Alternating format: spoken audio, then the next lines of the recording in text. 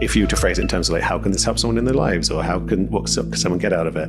It's not really that kind of thing, because as you're on the path, even the idea of your emotional investment in your life and it going well is part of the stuff that starts to unravel as you find this profound peace in the present moment, that you even let go of these very radical levels of your identity.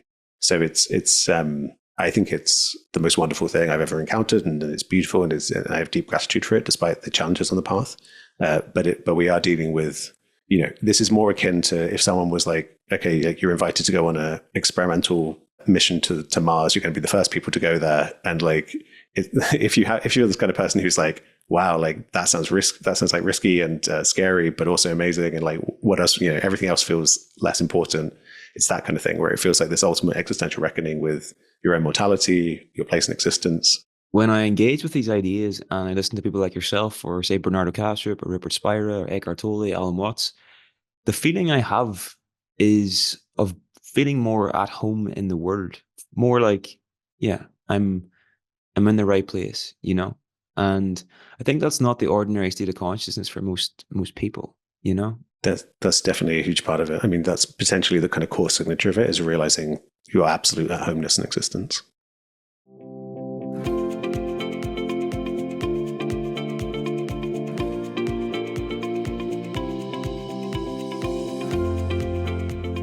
Okay, James, welcome to the show.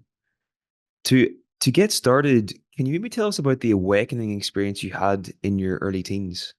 Yeah, absolutely. Yeah, thank you for having me.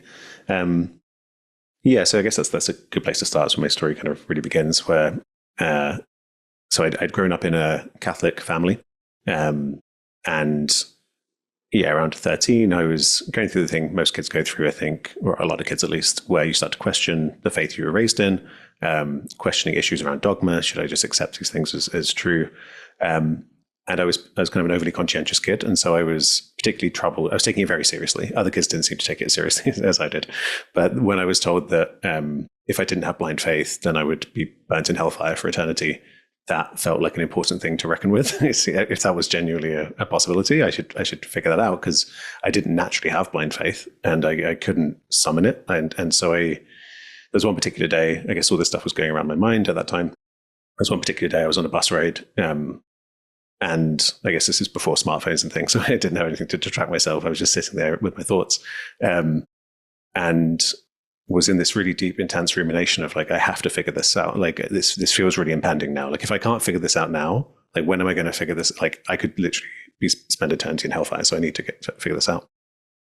And so I went around in this loop in my head of like, okay, I can't, this supposedly benevolent God's made me without blind faith. He demands that I have it, but I can't have it because but he's made me this way, but he's supposedly benevolent and he wants me to have it, but I can't have it. And so I went around and round in this loop. And it was a conundrum. There was no logical answer to it. I couldn't solve it. But I needed to. So I just ruminated on it to such an intensity that I think what happened is in Zen, they have these koans, which are these kind of paradoxical statements that you're supposed to ruminate with this kind of intensity on to try to find an answer. And I think I was basically doing koan practice. I effectively broke the rational mind for a second, or at least I interrupted thought for a second so thoroughly that I had what in Zen is called a kensho experience, or awakening is the translation, where the thought paradigm just evaporated and I found myself utterly in the present moment. I guess it wasn't even that I found myself there. I had basically disappeared and there was just the present moment. There was just an unfolding, there's just reality unfolding eternally here and now. And it was really kind of obvious in that moment of thoughtlessness that this entire paradigm of ruminating around these things I was concerned about, I was thinking without realizing I was thinking.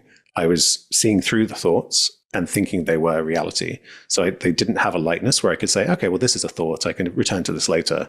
It was like, I was seeing through them and so identified, so emotionally invested in their reality that I didn't understand they were thoughts.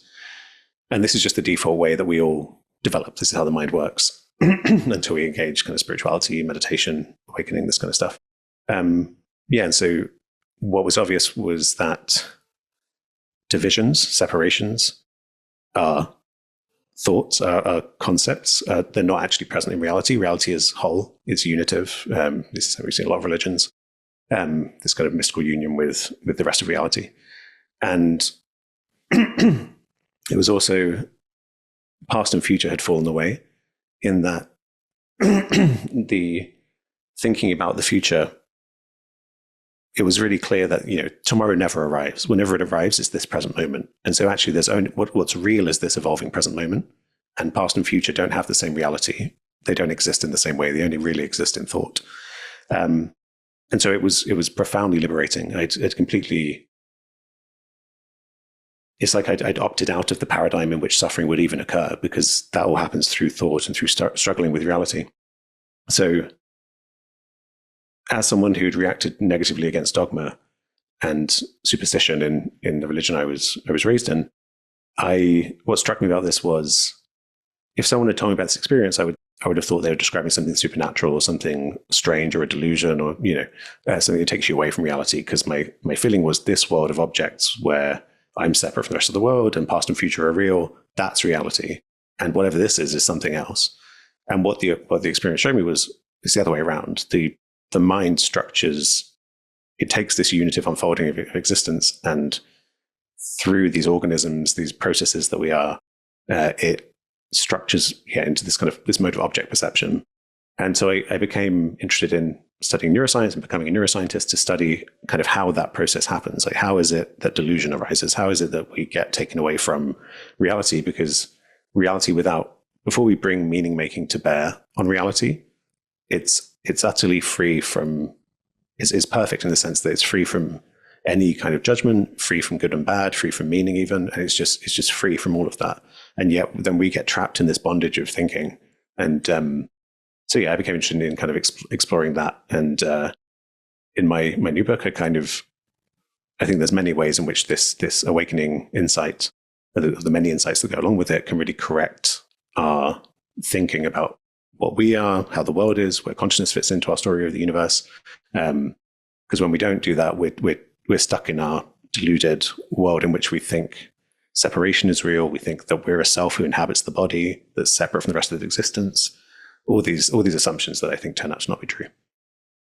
That's a fascinating story. Thanks for sharing that. What do you think of this idea that our brains are essentially a reducing valve, or sort of like a filtering device that is giving us access to a very tiny spectrum of what's available in consciousness, and just only the information that's relevant to our survival and reproduction? And there might exist a whole range of experiences that we just can't access with our five senses. Yeah, so I think existence is much vaster than what we perceive. Even just take something like electromagnetic spectrum, that we perceive. We don't perceive infrared or ultraviolet. And so it's definitely true that our perception of the world is honed through evolutionary dynamics to just give us what we need.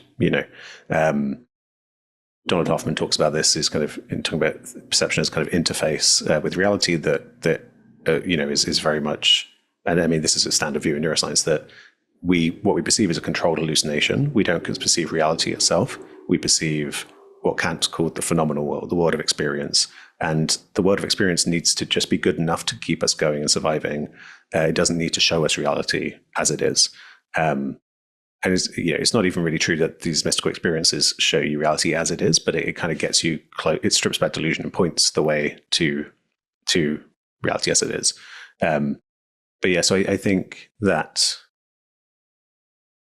it is this idea, this was Aldous Huxley's idea, right? The mind is a reducing valve. And I think he basically anticipated the kind of predictive processing way we think about the brain now is a very mainstream approach in neuroscience, where the brain is constantly anticipating what's going on in the world and bringing to bear interpretations, guesses about what's going on.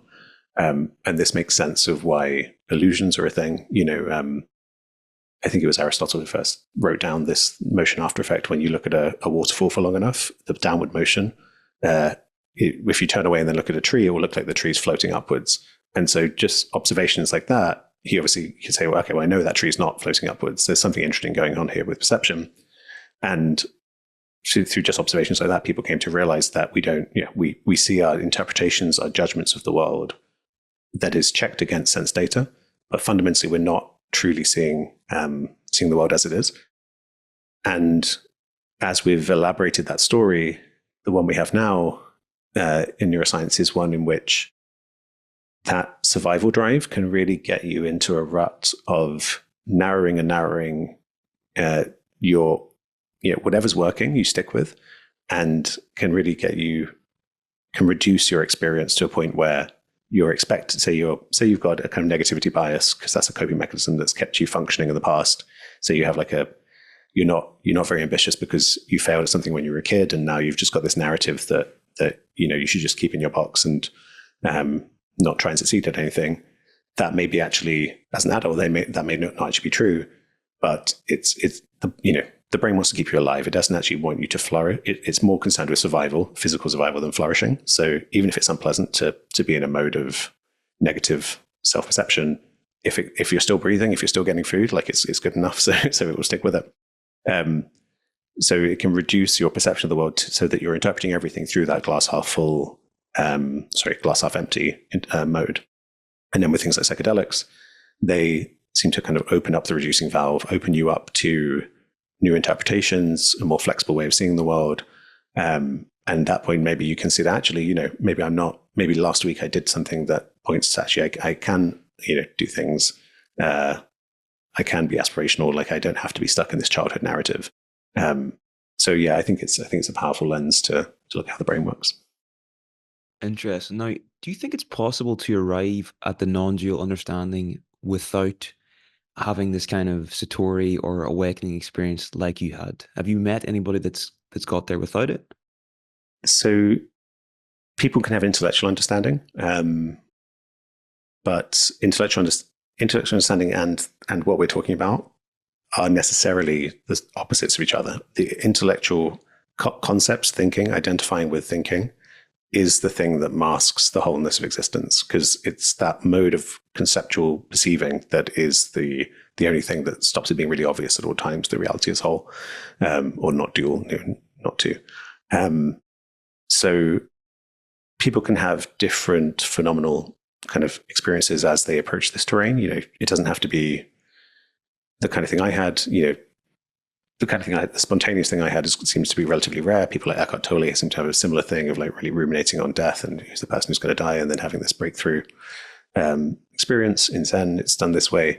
But then there are other, with more traditional, with old school Theravadan Buddhism, it's more of a gradual path of examining experience. But even then, as you get insights into the impermanent nature experience, people have these nonlinear shifts where suddenly there's a collapsing into beingness in the present moment.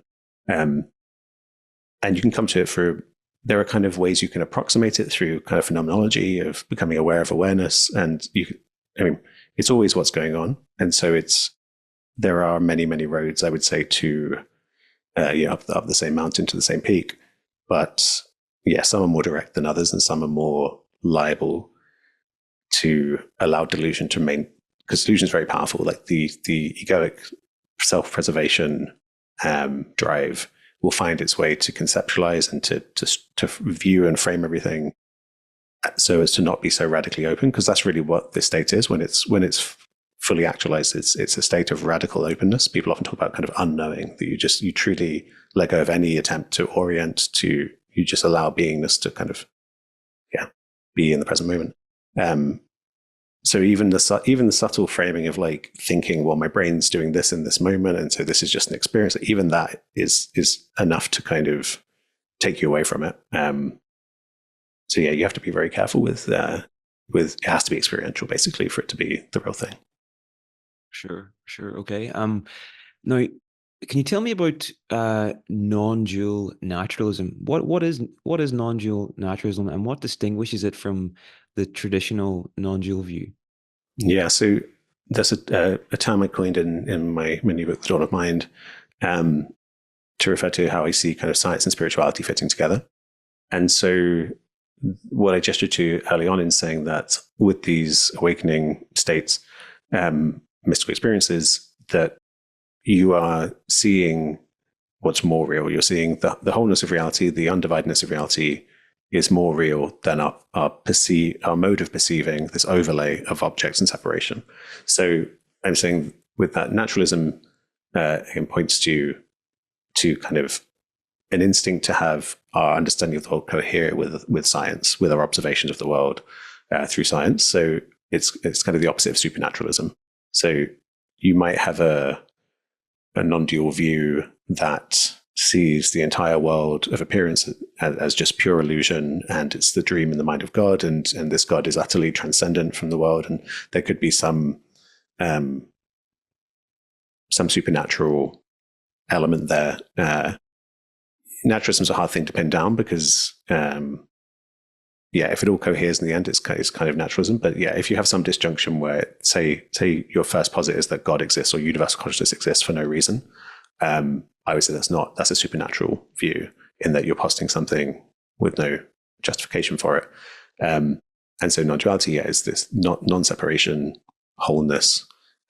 So you could have different ideas of the nature of reality that then could fit within this paradigm of non-dual naturalism. I presented my own, how I think everything fits together best in this way. But yeah, fundamentally, it's a way of articulating a commitment to both science and spirituality. Okay, and why would you say this is important for the average person to understand? Like, what are the benefits of holding this worldview? Right. So it's an important question, because I would say actually that's kind of what drives me, is that the intellectual understanding of what's going on in existence, I found in my own journey, kind of really scaffold one's surrender into reality. So I mentioned before that, this is moving towards non-dual states, is moving towards radical openness and surrender and flowing with existence, in which reduces suffering. And then the mind wants to have this fear-based kind of separation mode where it's not certain. It's like, well, what's going on? People can have anxieties about things like solipsism. Am I the only mind in existence? How you can start to have anxious thoughts. Like, how do I prove that I'm not the only mind in existence? That kind of stuff. So by giving someone a map that's kind of philosophically and scientifically rigorous, I hope it can be reassuring, basically, that people could, the anxious egoic mind that really wants to have everything figured out, I hope it's a good enough map that they can say, all right, this picture of reality, if I see, as I engage this terrain and I see, okay, I'm hitting the checkpoints and I'm seeing the evidence that this picture seems reasonable, then they might have the confidence to feel safe and reassured that they can go on this journey themselves, because it's a journey of profound well-being.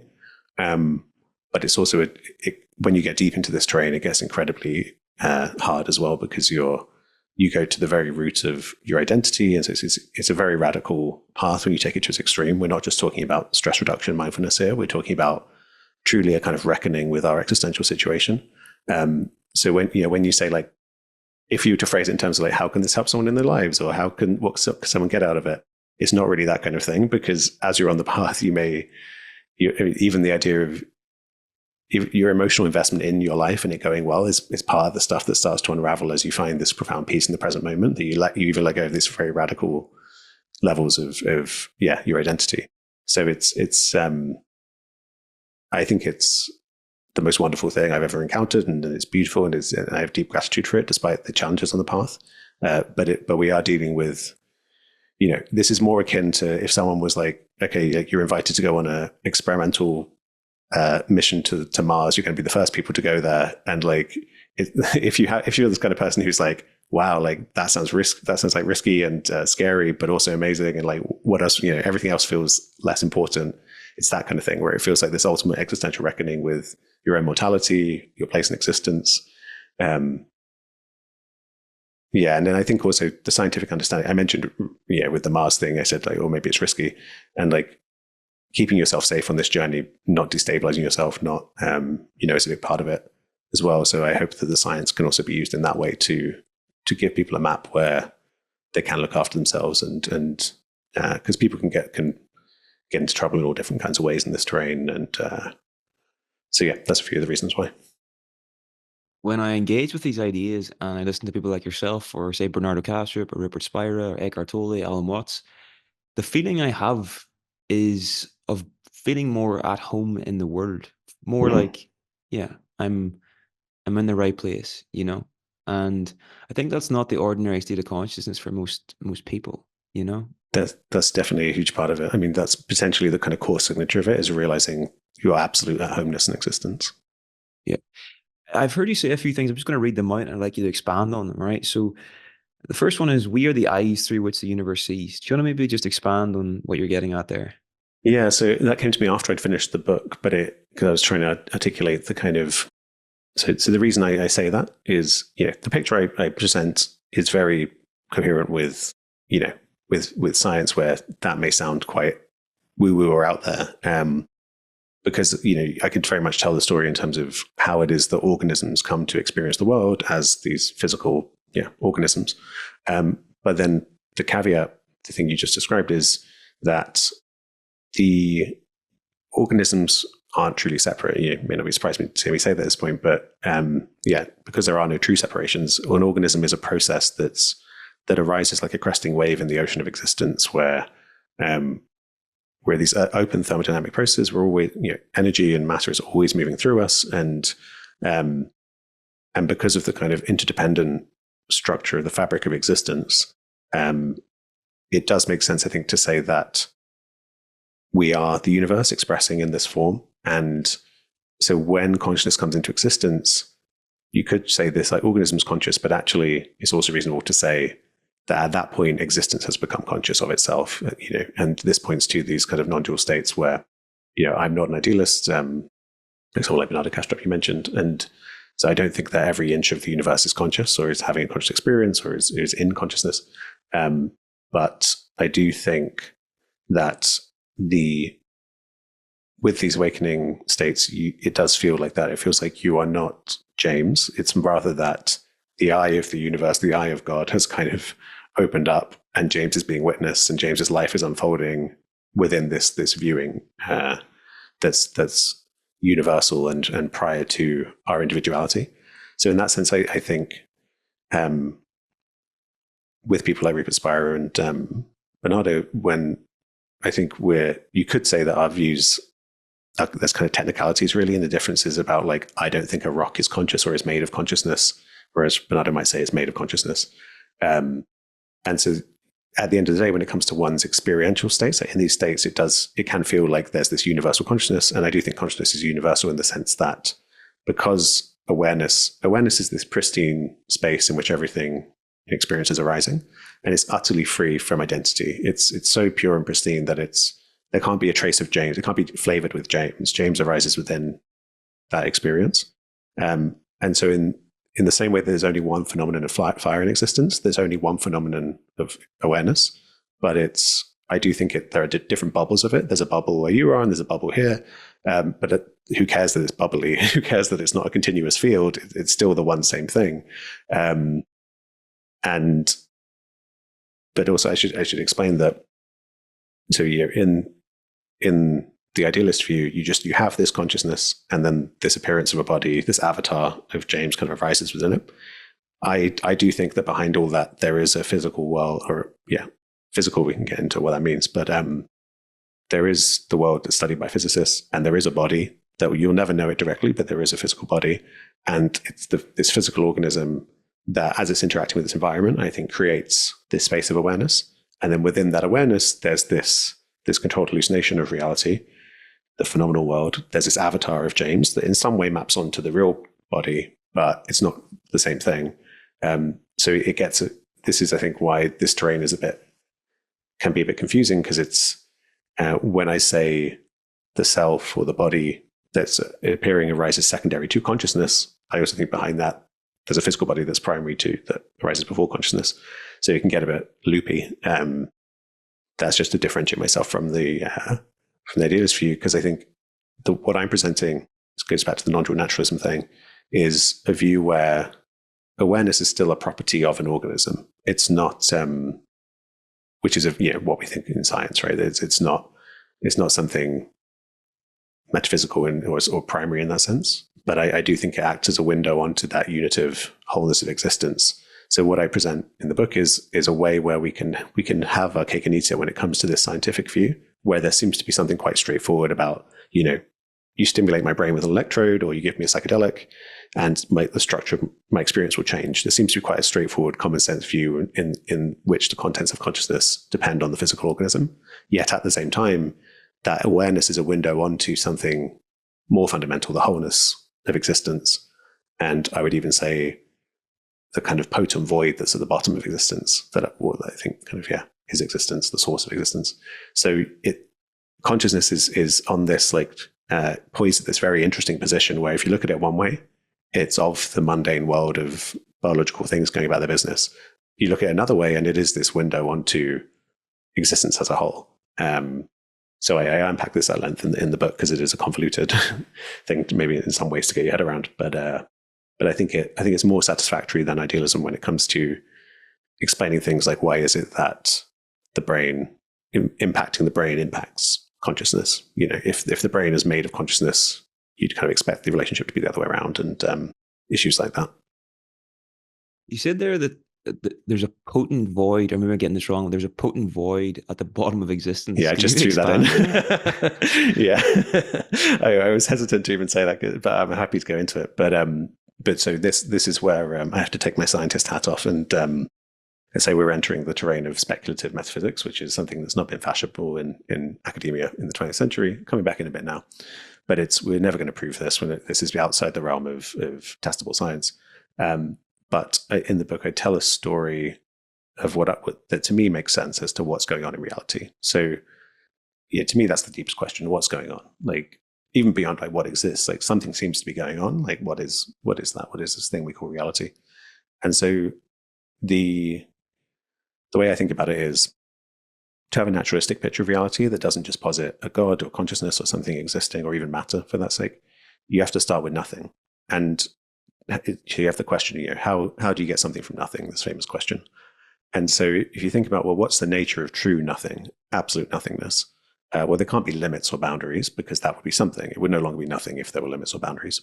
So it needs to be synonymous with unboundedness or non-finiteness or infinite, basically. Infinity is something people feel they contact with these spiritual states. And I think they're onto something that I think this nothingness at the bottom of existence is infinite. And well, one thing we know about infinite spaces is that anything that can happen will happen in such a space. So it's synonymous with potential as well. So this gets us to it's a nothingness, an emptiness, but it's also generative. It's full of potential of events, occurrences that could pour out of it, but also return to it because there's no solid ground. So I think that's the kind of generative function of existence is this. You think of the yin yang symbol, like a perfect fusion of being and non-being, of things becoming, but pouring out of a ground of nothing.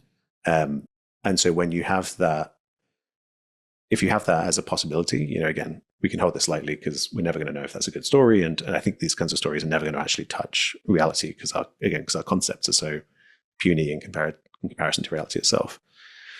But if you have that story, then it fits with the phenomenology of these kinds of mystical experiences where, especially when you get into the deep stuff, into emptiness in Buddhism, and it really starts to feel that way. It really starts to feel that what exists is an eternal blossoming flower of reality that's this unitive whole that is somehow simultaneously empty and full, void but potent. It's this being and non-being in perfect balance. And so the story I just told is a way of trying to come up with something that sounds reasonable. I think it's reasonable to go from nothing to infinity to potential to this thing. And it's also like the Ouroboros, the mystical kind of image of the snake that eats its own tail. The idea that reality is it's pouring out because there are no limits, so it's inherently expressive, but also because there's this nothingness, it collapses back into itself. So it's forever going out and forever returning. So like the snake that eats its own tail, it's consuming itself and it's generating itself in this eternal, infinite loop. And then within that, you can actually say, well, okay, well, you might be skeptical about, well, what could, you say anything that could happen will happen. Well, why would anything happen? Like, what kind of thing could possibly happen in a space of nothing? And I think from there, you can get into what I think matter is, which is Carlo Rovelli has this this interpretation of quantum mechanics, which he calls a relational interpretation, which is to say that reality is not made of solid substance that's locally real. It's an interdependent web of relationships. And with this view, there's also this lineage in philosophy of process philosophy, where instead of seeing reality as made of a substance, it's actually like a flowing river. And so you have this process relational view where reality is an interdependent web of flowing happenings, occurrences. It's not actually made of solid building blocks. That idea of solid building blocks is something that our primate brains, like, it makes sense to us at this scale, but there's no reason to think that when we're talking about the absolute ultimate foundation of reality, that little material building block should be what reality is made of. I think, yeah, there's no reason to generalize that. So from there, then you can get into physics and seeing physics as relationship. And then I think consciousness is also a relationship. It's the way that organisms relate to their environment. And so in that view, in that relational view, you no longer have a gap in our storytelling between matter and mind, because if you start with a Newtonian worldview where you've got these material building blocks bumping into each other, and then you go and you drink some coffee, and you've got the taste of coffee, things moving around in space bumping into each other. How do I tell a story in terms of the matter that gives me the coffee taste? You're not going to be able to do that. They don't fit together. Those stories don't play nicely together. Whereas I think this relational story does. They do play nicely together. You can think of reality as everything is relationship.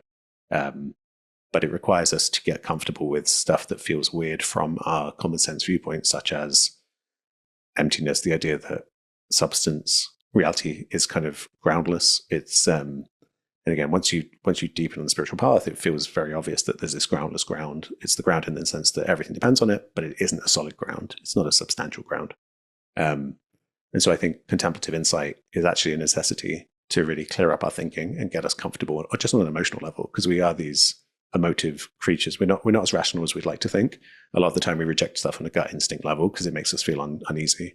So I think this like non-substance metaphysics, this view of reality as a process, will make some people uneasy before they even know they're uneasy. They'll just not like it. For some people, I don't like the sound of that. So that's partly why the contemplative stuff is necessary to allow us to see the stuff, to get the right insights, but then also to become more comfortable as these primates who are doing our best to do this storytelling game of science. Interesting. Yeah, I find this idea of emptiness, and I think you called it a bottomless void or whatever at the base of things.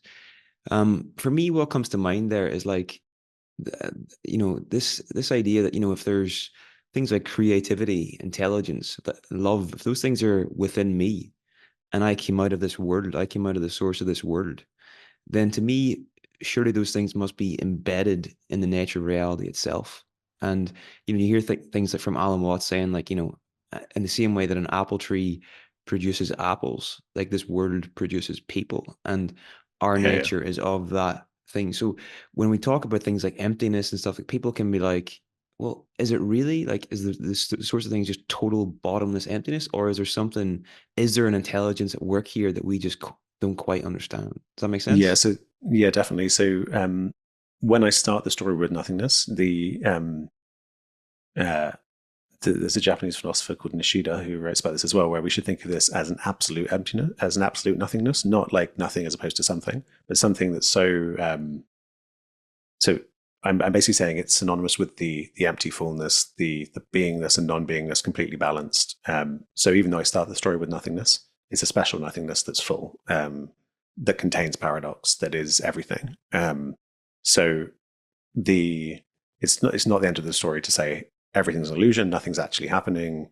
Some spiritual teachers say things like this is nothing appearing as everything, and so it's not a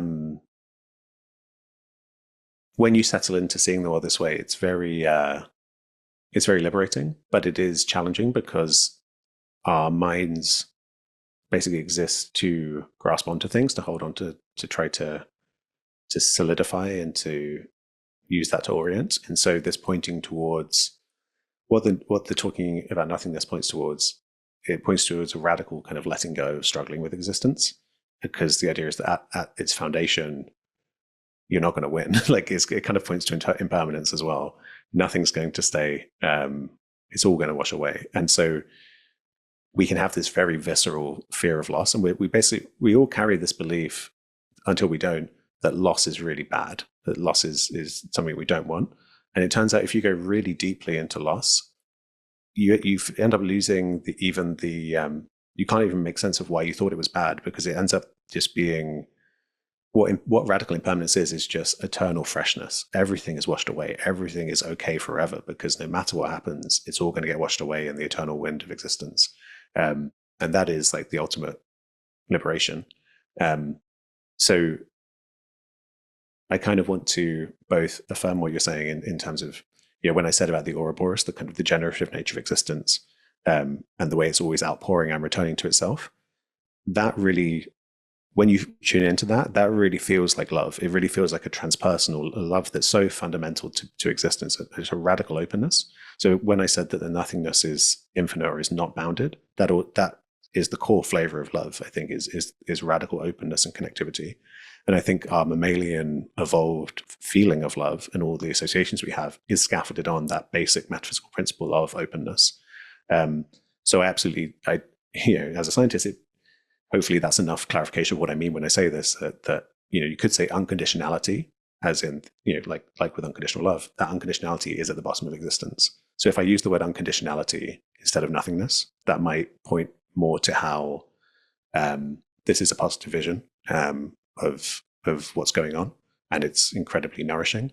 But at the same time, I don't want to pull any punches about the fact that the ego doesn't really like it as it's surrendering into it, because it strips away attachments. So this is why I said, like, if you want advice on like, how can this help people, or how can it improve their lives, we're talking beyond that. We're talking about like a really radical undoing. So it's both. It's both. Cool. Okay. Just I want to quickly sort of bring up something that I heard you say that I quite liked. It was, the person you think is the worst person in the world is just you with different conditioning. So this understanding leads to, I think, a lot of compassion, a lot of empathy, and yeah, you see people that maybe really annoy you and realize that's just me with a different set of parents, a different upbringing, and all the Yeah. rest, and I could have been that person too. So you're much less likely to judge someone that way too. Absolutely. Yeah. So that's the, I guess, heaven for the grace of God go I thing, because when we say that's you, again, I'm not saying that James is also having the experience of being Niall and that kind of thing, but it's rather that they're actually, what we take to be James is an appearance arising. It's one of those objects that we perceive through object perception. It's not actually a truly separate thing with its own existence. It's kind of an interpretation. So there isn't really a thing that exists called James. So if wherever anyone exists, it's just the same expressiveness of existence manifesting as that individual. So it's when you see there is no self, you see that you are everyone. And so, again, it would be, most people have this instinct that it's like, well, if I was in their shoe, like if I was them, I wouldn't do what they're doing. But what I'm saying is, again, through science and spirituality, it can become really obvious that if you were atom for atom them, and you had all their genes, you had their brain, and you had everything about them, you would literally be them. There is no extra magical ingredient of the self that pulls the levers that would make you better than them. So when you see that, it's in Buddhism they say out of emptiness arises compassion. It's a similar thing where the emptiness in Buddhism is more of a technical term, where it's not so much the voidness. I mean, that is related, but it's more seeing that there is no essence in anything, and everything arises through this interdependent web that manifests each thing as a feature of that web. So when you see that, and you see there's no wiggle room, there's no extra breathing room in reality for a self to come along and influence it. There's just the causes and conditions. It leads to a radical kind of compassion and love for everyone. But again, it kind of mortifies the ego, because it's because your sense of self is very much differentiated on, well, I'm this kind of person, not that kind of person, and I judge that I want to be a good person, so I think what I'm doing is being a good person and they're being a bad person. That whole thing, you really have to go into your own attachments and woundings and everything to get it all figured out before you can honestly look at someone doing something utterly atrocious and really see that's you, and that what's operating there is delusion and ignorance and fear, not evil. You come to see evil doesn't exist apart from, like, evil just is. Evil acts are just the acts of delusion, basically. If you ask yourself, like, how how cornered, how isolated, how threatened would I have to be to act in that way? That's the answer. Basically, is like there are causes and conditions that lead to people acting the way they act. Um, so absolutely, it leads to a very radical passion. You even look at someone like Hitler or Stalin, like if you look at their histories, like those people were severely abused as children, like beaten quite badly, I think both of them. And the cultures they're in as well. Like it's again, everything comes together to manifest these people. Yeah, it's that thing of there's no wiggle room for everything. Another aspect of it is just seeing everything. Everything will go exactly the way it's going to go because there is no wiggle room. Um, and so yeah, it's part of this just letting go of just seeing. Yep, that's what's happening. In the same way that you don't get angry at like recently there were these floods in Spain that were really horrific. You don't get angry at the water. You don't get angry at the clouds for dropping the rain. It's the same way you start to see people like that, like just processes of nature that are causally arising. And so you look at the causes and conditions and you try to alleviate them and make sure history doesn't repeat itself, but you don't need to waste energy getting angry at the person. Yeah. That brings up for me free will though. Like for me, Yeah. I do believe in free will. I do think we have an element of choice here, and that matters. What are your thoughts on that? Yeah. So that's another slightly loopy or convoluted question. But so the way that I think about it is we have agency. Organisms can be the proximate cause of their behavior, right? So if you offer me tea or coffee, I might choose the tea, and I have the choice. If as long as you're not forcing me, you don't have a gun to my head, and you're telling me to choose the coffee, I have freedom there. I can choose the one that is most aligned with my constitution or what I want to consume. Um, but then if you say, well, is that free will? The fact that I was raised in England is very is a causal factor in the fact that I might choose the tea. So you look at the deep history, and then that even speaking of independence, that goes all the way back to British Empire and colonization and which countries are related to which. And so suddenly there's this huge causality that involves vast swathes of history leading to this moment where I choose a cup of tea. So where's the libertarian freedom in that, in terms of being the true prime mover of my choices? However, this is all playing out at the level of the perceived self, the self that feels like an agent that has that ability to make choices. And I would say our true nature is the unitive expressiveness of existence. And I mentioned that that's unbounded, infinite, free, unconditional. So in that sense, when you feel that to be you feel that you have utter freedom. Like there's literally nothing, because you are the totality of existence, there's nothing else that could exist that wouldn't be you to box you in, to limit you. So reality is in every moment utterly free, and that is what you are.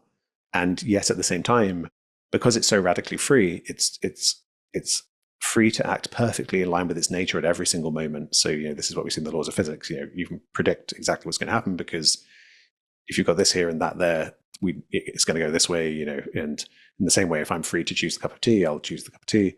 And so I feel like this is a synthesis of radical freedom and radical determinism, because reality is so free that it's going to do exactly what it's going to do. So at that point, the brain kind of breaks, because I think the closer you get to reality, the more you get paradoxes coming up, because reality just is what it is, and it's whole and it's complete. And then our minds come up with these different ways of looking at it, and that necessarily fragments what's already there. So from the perspective of the mind, paradox seems like contradiction. It does seem like, well, how can they both be true? But if you see reality as beyond our ideas of it, if you just assume, okay, well, it's radically free, and that leads to it being radically determined, and then the mind starts to tell these two stories, and the stories don't play nice.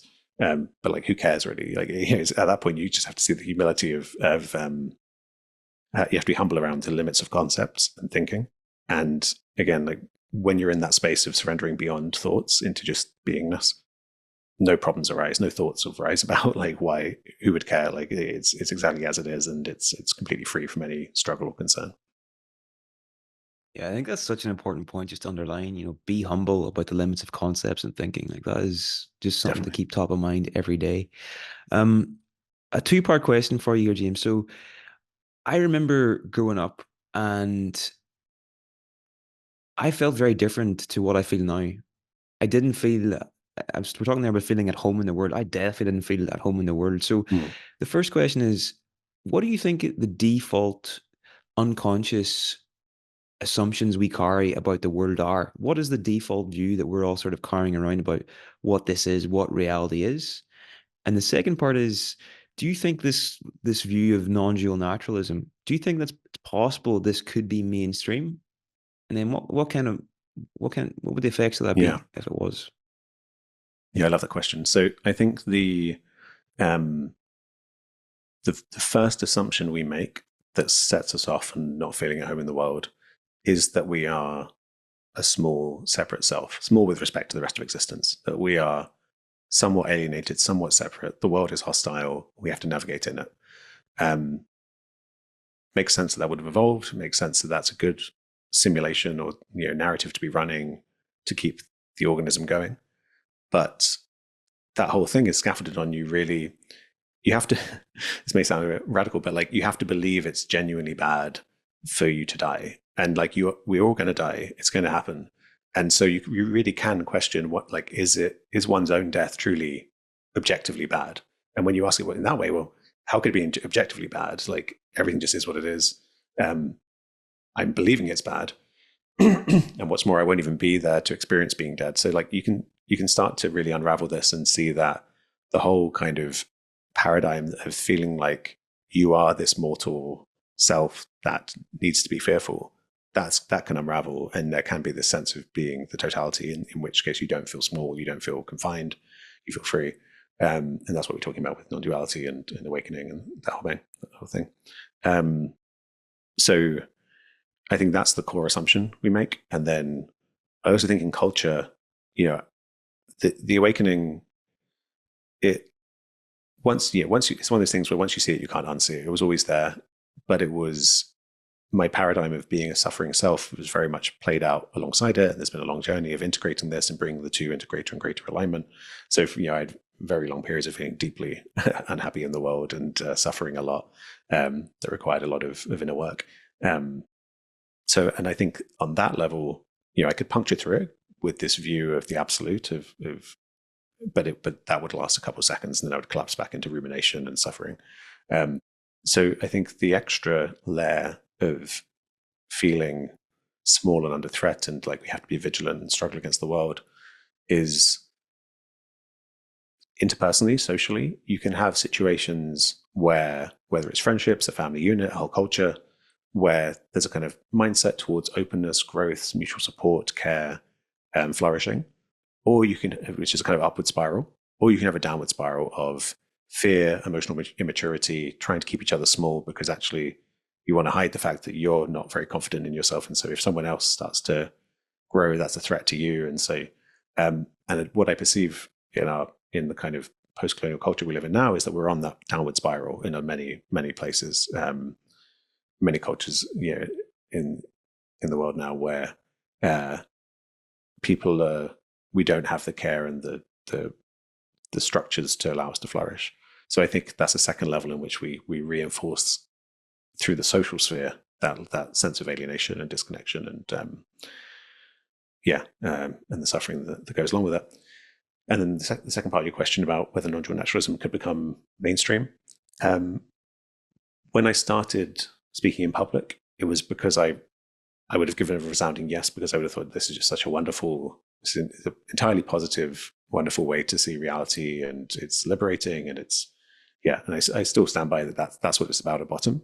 But then when I got deep into the integration stuff, it's again all this stuff balances out in a sense where for all the highs and the amazing spiritual experiences of unity, to integrate it, you have to go into the absolute depths of the most raw pain and the most raw vulnerability, and you have to face stuff that is very sobering. It will take away your evangelism, because you basically don't want anyone to have to go through what you had to go through. Like, it is like, speaking for myself, like I end up like, now I speak about this because I want to help people through this, on this potentially arduous journey, rather than from kind of gleeful, hooray, let's all just do this. It's all upside. And I think a lot of people in spirituality get stuck at getting attached to the upside and getting stuck struggling with it, because they don't want to go into this terrain of deep integration, really facing one's shadow at its deepest level. But I mean, again, I'm so grateful I did it. It's the thing that really resolves struggle and brings everything into alignment and allows you to live from that non-dual space. And, I said everything balances out, but the suffering is finite and the freedom is not finite. The freedom is is greater than the suffering. Yeah. And it's just go deep. I might take that from you. So I have about 3 pages of questions I didn't get to ask you. So I'm going to just go for the jugular. With your new book, The Dawn of Mind, what is the central thing that you want people to take away from reading the book? Who's it primarily aimed at? Yeah, it's aimed at anyone who's intellectually curious about our place in existence, because the reason, it deals with the connection between consciousness and matter, because that's the big glaring gap in our understanding of the world. At this point, we literally don't know which way's up in terms of, you can have people arguing for idealism, mind is fundamental. Yeah, people arguing for materialism, matter's fundamental, and everything in between. So we don't have a consensus. And the picture I'm offering is, I think it's a coherent picture that, where everything does hang together without the kind of gaps that we currently have. So that's, it's written for someone who's curious about philosophy or science or experience. And it's really, it's also, you don't have to have any background. This could be the very first book you've ever read on the mind. Like, you don't have to have, I've written it for that kind of reader, but also the expert. So hopefully it can, it will bring you along. And I've had feedback that people, if you just want something which the early parts of the book will give you a good lay of the land of this terrain without just focusing just on my ideas. So it will bring you up to speed in that sense. Definitely for people who are meditators, people who are interested in inner work or psychedelics and that kind of stuff, people who have a kind of a desire to see how this coheres with science and see that it's that the reason I'm passionate about using science isn't to diminish or reduce or explain away these experiences, is to basically point to their reality, to say that science can map this stuff because it's real, because it's the insights are profound and point to what's really going on. So if you're either side of that science or spirituality or philosophy divide, which is thankfully getting smaller and smaller by the day, I think it'll be for you. And if you're interested in awakening, surrendering into reality, and you want a picture, and say, I've seen actually a lot of, for example, like videos on YouTube of people, spiritual teachers who are idealists, who think that only consciousness exists, being asked questions by the audience, where there can be these frustrated dialogues where the audience member is like, but I know that if my brains are damaged, then it will affect my consciousness. I don't get it. I don't see how this fits together. And then the speaker's getting frustrated because they're like, it's all just consciousness. And so if you're one of those people and you're like, the idealism thing isn't making sense to me, then I think this will especially be for you, because it's an alternative where you can keep the spiritual insight, but you don't need to accept things that, I think there's a reason people feel there's something weird about that. It doesn't fully capture the relationship between the brain and experience. Okay, brilliant. And you offer meditations online at the Inner Space Institute. Can you tell us about that project and how people can access that? Yeah, so as I've been doing this stuff, I'm very passionate about producing materials that people can use to go on these kinds of journeys towards, again, within this framework of nondual naturalism, science and spirituality. And I'll be running retreats and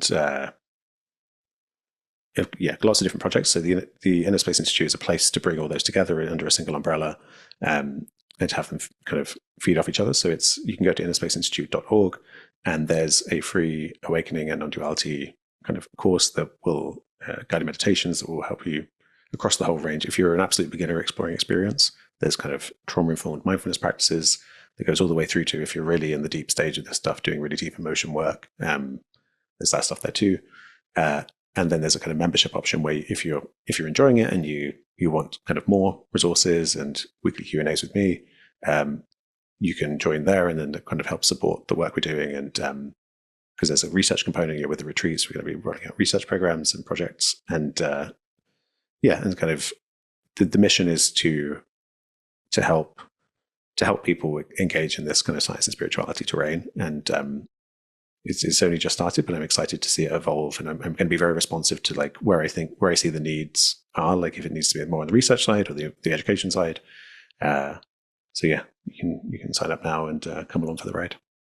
And you've a fantastic podcast as well, James. Where can people find that? Yes, that's Living Mirrors with Dr. James Cooke, and that's a reference to living mirror theory of consciousness is the name of the theory that I present in the book, and with the E on the end, and yeah, all the usual podcast platforms. Fantastic. Okay, well, I want to wish you the best of luck going forward, and congratulations on getting the book out there. And I really recommend everybody to read it. And yeah, we'll talk soon. Thanks very much, James. Great, thanks a lot, appreciate it.